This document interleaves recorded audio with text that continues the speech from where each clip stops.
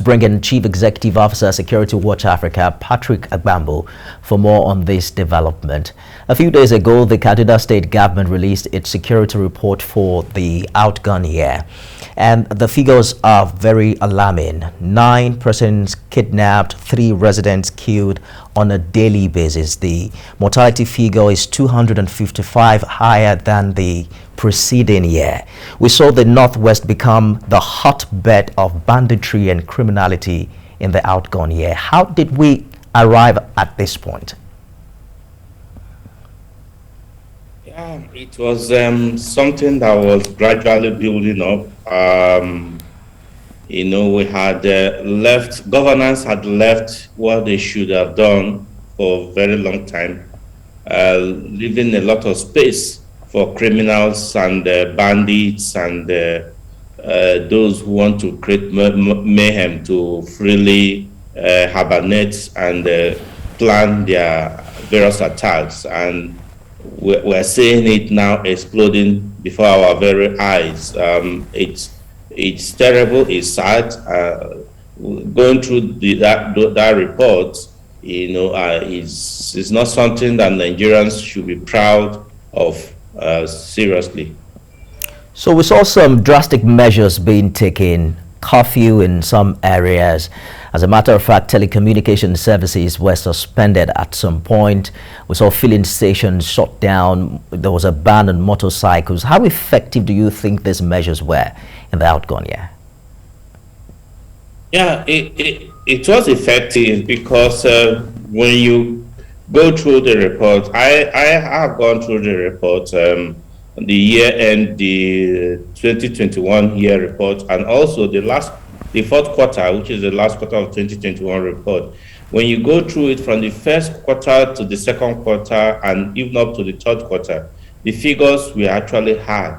But towards the last quarter, figures went down a bit and that was when the effect of the shutting down of telecommunication and some markets that these bandits were using came in effect, and it really helped, but it was limited because that was just to deny these bandits freedom of communication, freedom of planning, and also freedom to reach the families of their suspects for negotiation, since the government is against payment of ransom. To a large extent, it really worked because these bandits were not able to just come down to the market and collect what they want to collect. But it wasn't that as some people had expected, because some Nigerians, some people were still doing businesses with these bandits, making supplies to them. So these bandits never felt the market closure, never felt it so much. But the telecommunications, some of these bandits were using Turaya, which they were funding with dollar foreign exchange. So, but to a large extent, it worked, and it was good that government restore those telecommunications. Absolutely. And open some of the market. Banditry has now been proscribed as an act of terrorism. How soon before we begin to see its gains, particularly on kidnapping for ransom? Just this morning, 5 family members of the ASU chairman in Gusau, the Zamfara state capital, were abducted, and the bandits are now demanding for 70 million naira ransom. Yeah, I think I will give support to the call by the executive governor of Kaduna State during the presentation of those reports. He did say a request that federal government should set up a theater command to cover the 5 states that makes up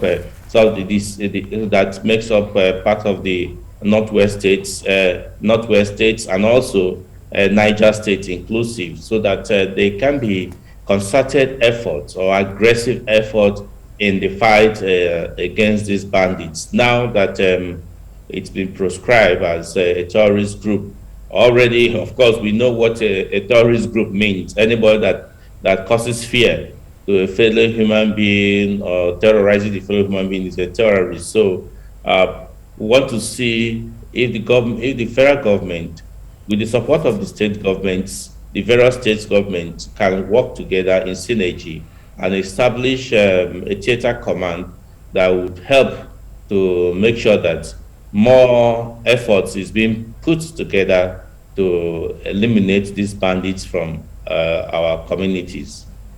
How long is that expected to solve the problem, seeing the length of time fighting insurgency has taken, particularly in northeast Nigeria? Yeah, there's one very idea or thinking that most Nigerians have, that fight against terrorism is a 100-meter dash. It's not. It takes a longer time.